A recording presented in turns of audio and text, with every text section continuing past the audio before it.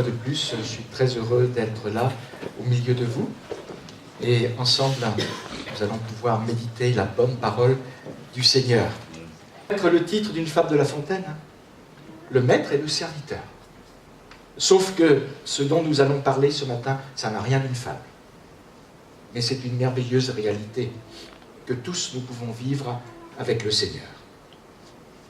Alors on va regarder maintenant ce texte de Matthieu 11, versets 28 et suivants, de très près.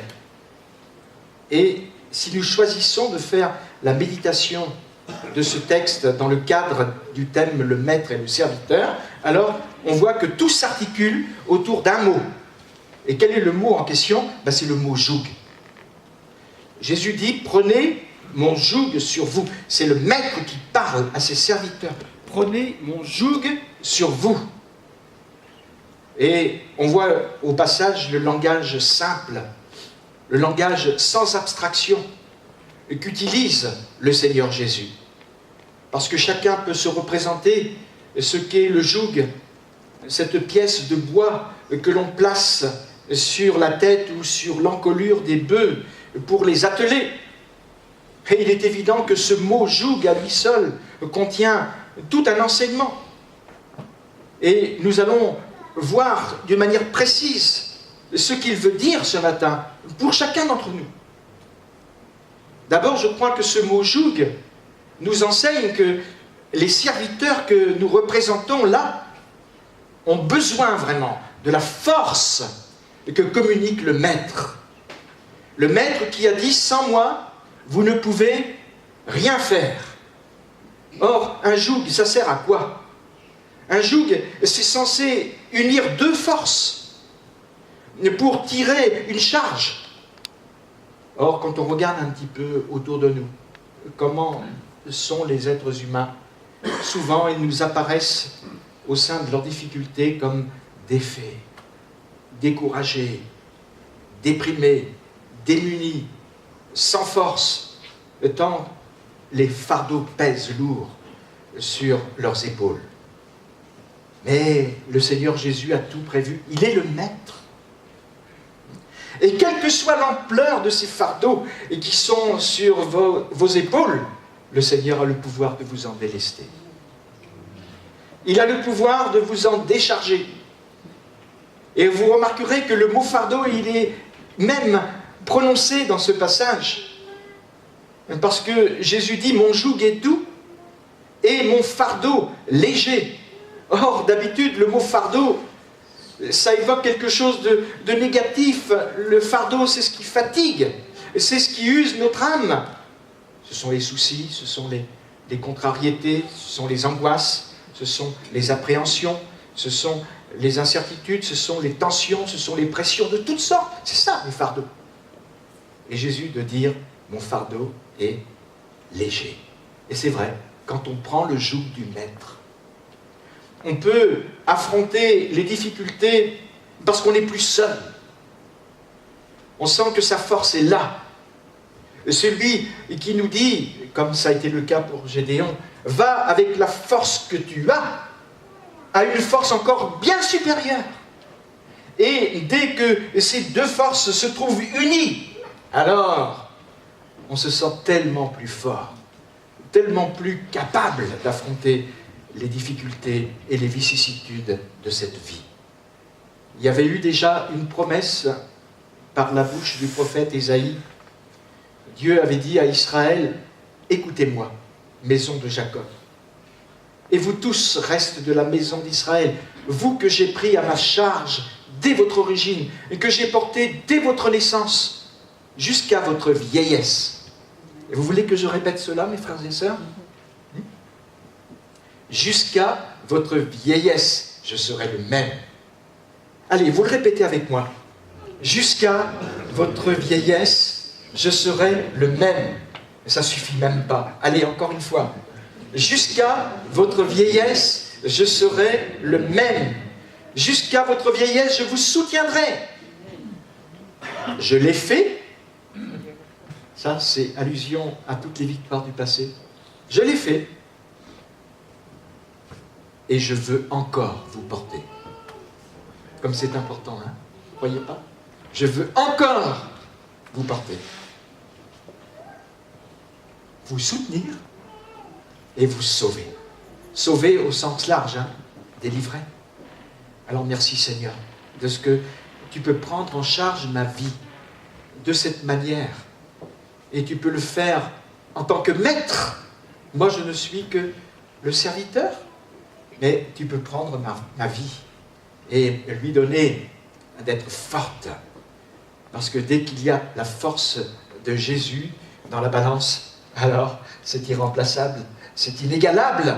Nous avons peut-être une petite force bien maigrelette là, mais dès que le Seigneur s'ajoute à nous, c'est ça le joug. Dès que cette force du Seigneur s'ajoute à la nôtre, alors on peut faire des merveilles, alors on peut accomplir des exploits. Que Dieu soit béni. Et j'aimerais prendre une petite illustration pour bien expliquer ma pensée.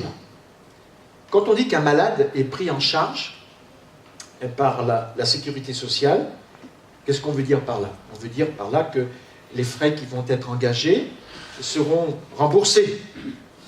Et ce malade bénéficie d'une prise en charge.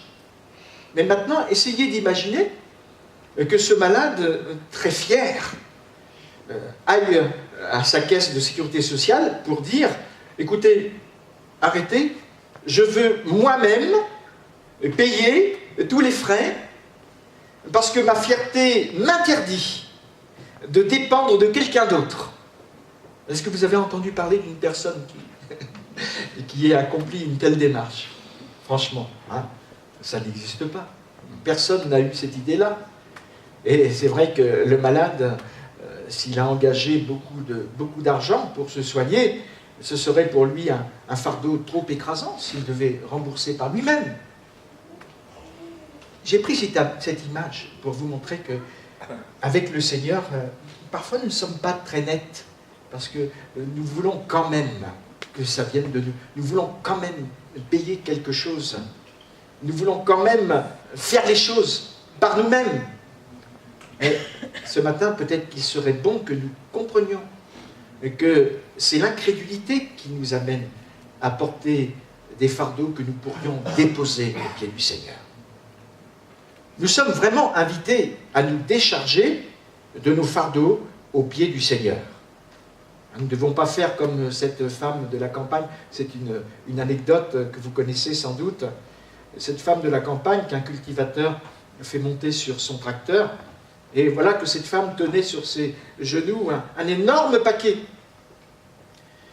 Et le cultivateur lui fait remarquer qu'elle pourrait très bien se délester de son fardeau. Mais voilà que la femme a cette réponse étonnante. Elle dit « Mais votre tracteur a bien assez de me porter moi sans encore porter mon fardeau. » Bien sûr, ça fait sourire, hein, cette anecdote. Mais nous sommes souvent comme ça. Et si nous connaissions le nombre d'êtres humains qui continuent de porter des fardeaux de misère, des fardeaux de péché durant des années, ben nous serions éberlués. Pourtant, le fait est, c'est comme ça. S'ils venaient à Jésus, nous le savons, s'ils venaient à Jésus, un grand changement se produirait dans leur vie. Mais voilà, ils veulent toujours continuer de porter ces fardeaux-là. Que le Seigneur nous garde ce matin. Et cette image du joug qui nous parle du maître et du serviteur, de l'attitude qui unit l'un à l'autre, cette image du joug doit nous inciter à faire davantage confiance au Seigneur et à laisser vraiment nos fardeaux au pied de la croix, afin de pouvoir reprendre notre route dans un esprit de victoire, et que vraiment nous puissions aller de l'avant avec le Seigneur. Alléluia. Mais le mot joug, bien sûr, contient d'autres enseignements. Il nous enseigne que notre maître a un grand désir. Et ce désir, ça nous étonne. On l'a chanté tout à l'heure. Vous vous souvenez des paroles? Voici le plus grand miracle. À mes yeux, allez-y, c'est que je fais ta joie. Mais ça, on a vraiment du mal à le comprendre. Pourtant, l'image du joug nous enseigne que le maître a le désir de voir ses serviteurs s'attacher à lui. Il désire qu'il y ait des liens d'amour entre lui et ses serviteurs. C'est ça qu'il veut. Il ne nous demande pas d'être toujours au top niveau. Vous savez comme on dit aujourd'hui, hein? Il sait très bien que ce sera difficile pour nous d'être tout le temps sur la montagne, d'être tout le temps au top niveau. Mais ce qu'il nous demande, c'est de soigner notre communion avec lui. Ça, c'est son désir. C'est son désir le plus cher. Vous savez, quand nous parlons de personnes mariées, nous disons que ces personnes sont dans des liens conjugaux. Il y a le mot joug là-dedans. Hein? Les liens conjugaux, c'est-à-dire, littéralement, elles sont ensemble sous le joug. Nous sommes ensemble avec Jésus sous le même joug. Et il faut que ces liens conjugaux, si je peux m'exprimer ainsi, soient des liens d'amour. Et en utilisant ce mot, Jésus fait allusion à cette union qui peut et qui doit exister, normalement, entre les êtres humains et lui. Alors, il y a tous ces textes où Jésus est comparé à un époux. Je peux vous les citer brièvement. Matthieu chapitre 9. Les disciples de Jean vinrent auprès de Jésus et dirent « Pourquoi nous et les pharisiens jeûnons-nous, tandis que tes disciples ne jeûnent point ?» Et Jésus leur répondit « Les amis de l'époux, peuvent-ils s'affliger pendant que l'époux est avec eux ?» Vous avez aussi Jean chapitre 3. « Celui à qui appartient l'épouse, c'est l'époux. Mais l'ami de l'époux qui se tient là et qui l'entend éprouve une grande joie à cause de la voix de l'époux. » C'est Jean-Baptiste qui parle. Hein. Aussi, cette joie qui est la mienne est parfaite. Il faut qu'il croisse et que je diminue. Vous voyez? On connaît bien la dernière partie du verset. Il faut qu'il croisse et que je diminue. Mais souvent, on l'enlève de son contexte. C'est peut-être dommage. Et non seulement on l'enlève de son contexte, mais on la déforme aussi. On dit souvent, « Seigneur, fais que je diminue afin que toi, tu puisses croître en moi. » Alors que ça n'a rien à voir avec ça. Seigneur, commence d'abord par vraiment croître en moi. Et puis la diminution, elle va se faire automatiquement. Parce que tu vas prendre toute la place. Amen. Ah oui, celui à qui appartient l'épouse, c'est l'époux. Celui à qui appartient l'Église, c'est son époux divin. C'est Jésus. Vous voyez, ces liens d'amour, ils sont là. Et l'apôtre Paul le disait aussi, « Je vous ai fiancé un seul époux pour vous présenter à Christ comme une vierge pure. » Alors déjà, on peut penser à tous ces textes-là. Mais en même temps, il y a aussi un chapitre célèbre de l'Évangile selon Jean, le chapitre 15, qui nous parle clairement de cette union qui doit exister entre le maître et les serviteurs. Et cette union, nous la voyons exprimée au travers d'une parabole. Jésus dit « Je suis le cep, vous êtes les sarments. » Avec les serviteurs que nous sommes. Vous êtes bien d'accord ce matin? Seulement cette union-là, il faut que nous la désirions aussi. Et quand ce désir existe, ce que je crois,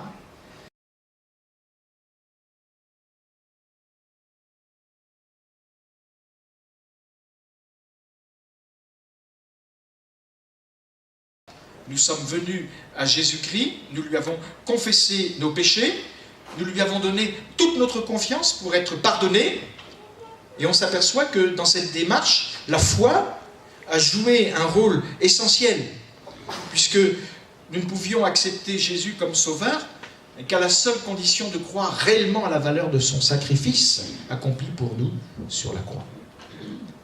Et cela, on pourrait le résumer dans un verset, Hébreux chapitre 7, verset 25, « Il peut sauver parfaitement ceux qui s'approchent de Dieu par lui, étant toujours vivants pour intercéder en leur faveur. » Amen. Mais depuis notre conversion, Jésus n'est plus seulement notre sauveur. Alors vous allez me dire quand même, il exagère, ce prédicateur n'est plus seulement... Oh, ça paraît restrictif, ça. Non, ce n'est pas du tout une restriction que je veux exprimer. Mais je veux dire par là qu'il n'est pas seulement notre sauveur, mais il est aussi notre Seigneur, notre Maître. Vous voyez l'évolution. Et le rapport maître-serviteur qui existe avec Jésus n'est pas comparable à ce qui a pu exister par ailleurs au milieu des hommes. Et ça, c'est très important. Souvent, en effet, c'est sur la base de la servilité que se situe ce rapport maître-serviteur. Un maître traitait avec des serviteurs en étant à un autre niveau qu'eux, en les considérant même souvent comme des esclaves seulement. Tandis que Jésus, lui, désire que ce rapport maître-serviteur s'exprime dans le cadre de l'amour. C'est ça toute la différence. Il désire que ce rapport s'exprime dans le cadre d'un attachement profond à sa personne. Et c'est pourquoi il dit, je suis le cep, vous êtes les sarments. Le rôle des sarments, c'est de s'accrocher au cep, c'est de bénéficier de la sève qui coule du cep. Cette union, elle est profonde, à un tel point d'ailleurs, qu'un peu plus loin dans ce même évangile, selon Jean, chapitre 15, Jésus dit, je ne vous appelle plus serviteur. Ça va jusque-là quand même. Hein. Je ne vous appelle plus serviteur parce que le serviteur ne sait pas ce que fait son maître. Mais je vous ai appelé ami parce que je vous ai fait connaître tout ce que j'ai appris de mon Père. Alléluia. Ami. Dans le sens grec du terme, c'est lié à l'amour, hein, parce que le mot philos, qui veut dire ami, vient du verbe philéo, qui veut dire aimer. Donc, je vous ai appelé ami. Alors, vous voyez, le Seigneur a ce désir ce matin, qu'il existe cette union profonde entre lui et nous. Et le principe est le suivant. Si quelqu'un m'aime, il gardera ma parole, et mon Père l'aimera. Nous viendrons à lui, et nous ferons notre demeure chez lui. Voilà donc comment est la relation que le Maître entretient avec ses serviteurs. Et ce matin, c'est d'une extrême importance que nous sachions cela les uns et les autres. Parce que souvent, le diable essaie de nous faire croire le contraire. Il essaie de nous faire croire que nous avons affaire à un maître extrêmement sévère qui est là, qui guette le moindre faux pas. Mais tant que nous voyons le Seigneur sous cet angle-là, nous perdons l'essentiel. Parce que l'amour du Seigneur ne varie pas. L'amour du Seigneur est toujours là, toujours offert. Et c'est à nous de venir au pied du Seigneur humblement pour lui dire merci Seigneur pour cette relation qui existe entre toi le Maître et le serviteur que je suis.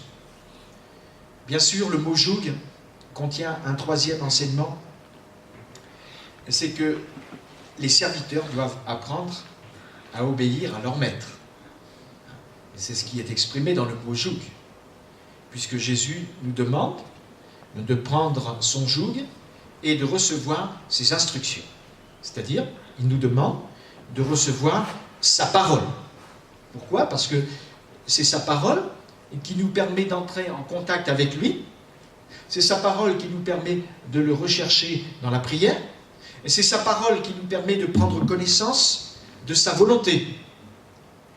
Alors prenez mon joug sur vous et apprenez de moi, littéralement, dans le grec. Apprenez de moi. Mais voyez-vous, la seule pensée de prendre un joug, pour la plupart des êtres humains, c'est une pensée rébarbative. Comment ça, un joug? Joug égale esclavage. Joug égale servitude. Mais permettez-moi de faire remarquer une évidence, c'est que tous les êtres humains, qu'ils le veuillent ou non, sont quand même sous un joug. Je dis bien, hein, qu'ils le veuillent ou non. Alors, autant le vouloir, et puis surtout quand il s'agit du joug de Jésus, alors là, c'est une bonne volonté hein, que nous exprimons. Mais en tout cas, on est tous sous un joug, avec ou sans Jésus. Romains chapitre 6, verset 16. Ne savez-vous pas qu'en vous livrant à quelqu'un comme esclave pour lui obéir, vous êtes esclave de celui à qui vous obéissez, soit du péché qui conduit à la mort, soit de l'obéissance qui conduit à la justice. Et la grande tactique de notre adversaire, le diable, c'est de nous faire croire que si nous lions notre vie à Jésus, nous allons perdre toute notre liberté. Mais ça, c'est une tromperie. C'est un grand mensonge. Parce que le joug du Seigneur, il a une caractéristique. C'est que c'est un joug qui est doux. Hein, c'est ce que le Seigneur nous dit lui-même. Venez à moi, vous qui êtes fatigués et chargés, je vous donnerai du repos. Prenez mon joug sur vous, recevez mes instructions. Je suis doux et humble de cœur, et vous trouverez le repos pour vos âmes, car mon joug est doux. Alléluia. Mon joug est doux. Et on voit bien que la parole de Dieu qui nous a été donnée, ce n'est pas une parole pour blesser constamment. C'est vrai que par moment, elle peut blesser, mais quand elle blesse, c'est pour nous guérir, ou c'est pour nous faire avancer. Mais elle n'est pas là pour comme un glaive. Vous savez, c'est écrit dans le livre des Proverbes, il y a parfois des langues qui sont comme des glaives. Les paroles prononcées font du mal, ça brise, ça casse. Mais l'enseignement de Jésus, la parole de Jésus, elle ne fait pas cela. L'amour de Dieu consiste à garder ses commandements. Et ces commandements ne sont pas pénibles, car tout ce qui est né de Dieu triomphe du monde, et la victoire qui triomphe du monde, c'est notre foi. Que Dieu soit béni. Et quand Jésus dit « mon joug est doux », ça peut se traduire aussi par « mon joug est facile à porter ». Mon joug est commode, mais mieux encore. Il y a une expression qui va vraiment dans le sens du terme grec. Mon joug est bien adapté. Alors comment nous devons comprendre cela? Ben déjà, ne l'oublions pas, Jésus a grandi dans la maison d'un charpentier. Et certainement qu'il a vu faire des jougs. Peut-être qu'il en a fait lui-même. Hein. Bon, on ne peut pas aller au-delà de ce qui est écrit. Mais il en a vu faire des jougs. Joseph était son père adoptif. Or, la caractéristique essentielle d'un joug réussi, c'est qu'il ne doit pas blesser l'encolure des bœufs.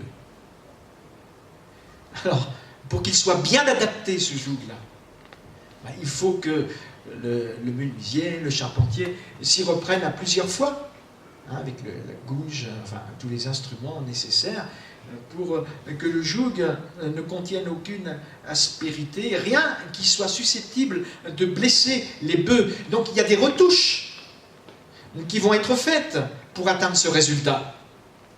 Eh bien voilà, c'est le joug dont Jésus nous parle. Un joug bien adapté. Mon frère, peut-être que le Seigneur a adapté un joug particulier pour toi, mais ça ne veut pas dire maintenant que ce qu'il a adapté pour toi, ça va être valable pour tout le monde.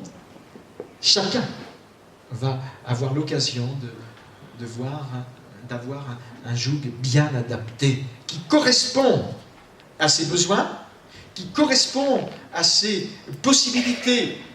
Pourquoi? Parce que Jésus connaît nos limites. Et c'est pourquoi il ne nous demande pas l'impossible. Et vous savez que c'est écrit dans 1 Corinthiens, aucune tentation ou aucune épreuve ne vous est survenue qui n'ait été humaine. Et Dieu qui est fidèle ne permettra pas que vous soyez tentés ou éprouvés au-delà de vos forces, mais avec la tentation ou avec l'épreuve, il préparera aussi le moyen d'en sortir afin que vous puissiez la supporter. Vous le voyez ici, le joug, bien adapté. Donc le Seigneur n'ira pas au-delà de nos forces. Et c'est ainsi qu'il nous donne la force de marcher avec lui et d'assumer toutes nos circonstances.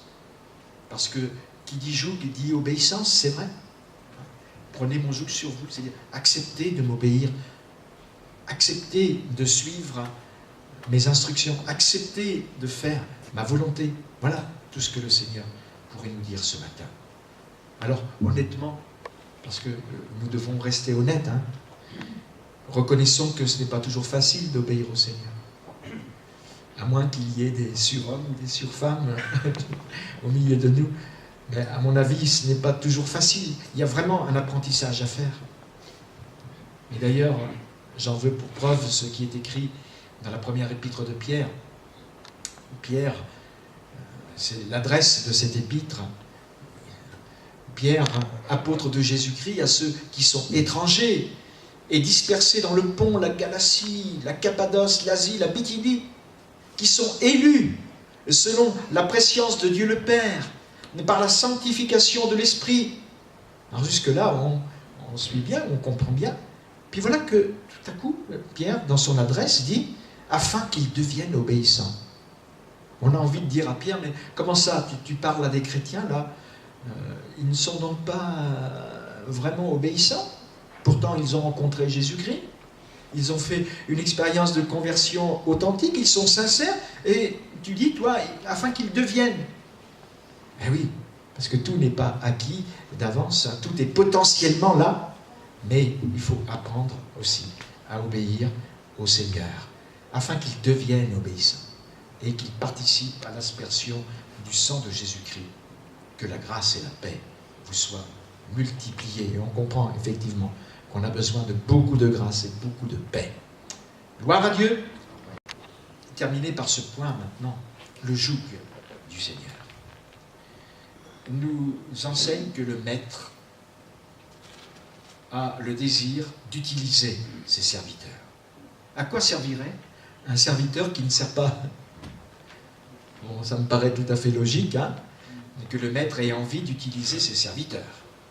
Or, quand nous regardons un peu ce qui se passe, quand nous faisons le bilan, nous voyons que dans ce monde, le péché, qui se donne libre cours, plus que jamais, disqualifie l'être humain. Il n'y a rien qui peut plus disqualifier que le péché. On peut dire que le péché amoindrit l'être humain. Il neutralise complètement son utilité. Mais dès qu'on vient à Jésus, alors il se passe la chose suivante, c'est qu'on devient utile. Un pécheur pardonné est utile. Un pécheur pardonné, ce n'est pas quelqu'un de parfait, loin s'en faut. C'est quelqu'un de perfectible, c'est quelqu'un qui aura encore à réaliser beaucoup de progrès. Mais en tout cas, c'est quelqu'un qui devient utile entre les mains du Seigneur. Et je vous donne une illustration biblique dans l'épître à Philémon. L'apôtre dit « Je te prie pour mon enfant que j'ai engendré, étant dans les chaînes, Onésime, qui autrefois t'a été inutile, mais qui maintenant est utile et à toi et à moi. » Là, c'est significatif quand même. Bon, c'était un esclave chapardeur, fuyard. On peut dire qu'avant sa conversion, le tableau n'était pas très valorisant, hein, pour cet homme. Et puis voilà que l'apôtre Paul lui a annoncé l'évangile. Et maintenant, il s'adresse à son maître, le maître qu'il a fui, pour lui demander la grâce en quelque sorte. Hein. Je te prie pour mon enfant que j'ai engendré, étant dans les chaînes. C'est extrêmement touchant quand on lit ça. Hein. Et on s'aperçoit effectivement que cet Onésime, puisque c'était son nom, Onésime, ça voulait dire utile. En grec, ça veut dire utile. Et à cause du péché, et à cause de sa roublardise, à cause de tous ces mauvais penchants, il était devenu complètement HS, inutile. Et par la conversion, il a retrouvé sa véritable identité. Il a retrouvé la signification de son nom. Il est devenu utile. Maintenant, dit l'apôtre, il est utile et à toi et à moi. Et nous-mêmes, ce matin, si nous voulons nous mettre sous le joug du Maître, eh bien, manifestons cette utilité. C'est le désir du Maître. Comment pouvons-nous la manifester? En servant Dieu, bien sûr, en rendant témoignage de ce qu'il a fait pour nous. Comment pouvons-nous encore l'exprimer, cette utilité, en nous mettant au service des autres? Oh, il y a tellement de travail à faire, tellement de personnes qui ont besoin d'un peu d'amour, qui ont besoin de paroles réconfortantes, qui ont besoin de soutien. Nous, les chrétiens, franchement, nous sommes invités à aller dans ce registre-là, faire du bien, à l'égal du Maître qui allait de lieu en lieu, faisant du bien et guérissant tous ceux qui étaient sous l'empire du diable. Mais faisons du bien, mes frères et sœurs. Parce que le Seigneur nous en donne la capacité, il nous en donne la possibilité. Alors vous voyez, rien que ce petit mot joug, il évoque beaucoup de choses en ce qui concerne cette relation maître-serviteur. Et en accord avec votre pasteur, M. Delzotto, si Dieu le permet, nous poursuivrons aussi cette étude, toujours dans le cadre, le maître et le serviteur, dans les temps qui suivront. On n'a pas fixé de date encore, le vendredi soir. Voilà, en tout cas. Un vendredi par mois, en principe. Voilà. Alors que le Seigneur nous bénisse et qu'il permette à sa parole de faire son chemin tout au fond de notre cœur et puis de nous armer. On a besoin d'être équipés, plus que jamais. Parce que c'est bon d'être chrétien et c'est bon de diffuser aussi autour de nous tout ce qui fait la noblesse du christianisme. Et c'est pour ça que il faut prendre le joug de Jésus et le prendre sans aucune réticence, sans aucune réserve, parce que son joug est doux, son joug est bien adapté et son fardeau est léger. Que le saint nom du Seigneur soit béni. Amen. Amen. Nous voulons te remercier et te louer, Seigneur, parce que tu nous as donné une fois de plus la possibilité de méditer ta parole. Or, c'est vrai que nous te reconnaissons comme notre Maître, Seigneur, avec tout ce que cela comporte. Nous reconnaissons que tu as été bon, tu as été généreux, tu as été merveilleux avec les serviteurs que nous sommes. Aucun lien de servilité entre toi et nous, Seigneur, parce que tu as même dit que tu ne voulais plus nous appeler serviteurs, mais que nous étions tes amis. Oh Seigneur, c'est vrai. Nous voulons prendre en compte ce que tu nous dis et comprendre que la seule relation qui peut exister entre toi et nous, c'est une relation d'amour, une relation d'attachement, une relation de communion intime. C'est pourquoi ce matin, nous désirons nous renouveler dans le contrat que nous avons signé avec toi, Seigneur, afin de retrouver toutes ces bases-là, parce qu'elles sont tellement importantes pour nos vies et pour nos cœurs. Fortifie-nous encore ce matin. Merci de ce que tu es notre Maître inégalable, Seigneur, et nous sommes tes humbles serviteurs. Oh, sois glorifié et loué. Donne ta bénédiction à tous les frères et sœurs de cette assemblée, Seigneur. Fortifie les uns et les autres, encourage-les et permets que, en effet, nous réalisions tous que tu nous as portés dans le passé, mais tu veux nous porter encore dans les temps à venir. Sois remercié et loué dans le beau nom de Jésus. Amen.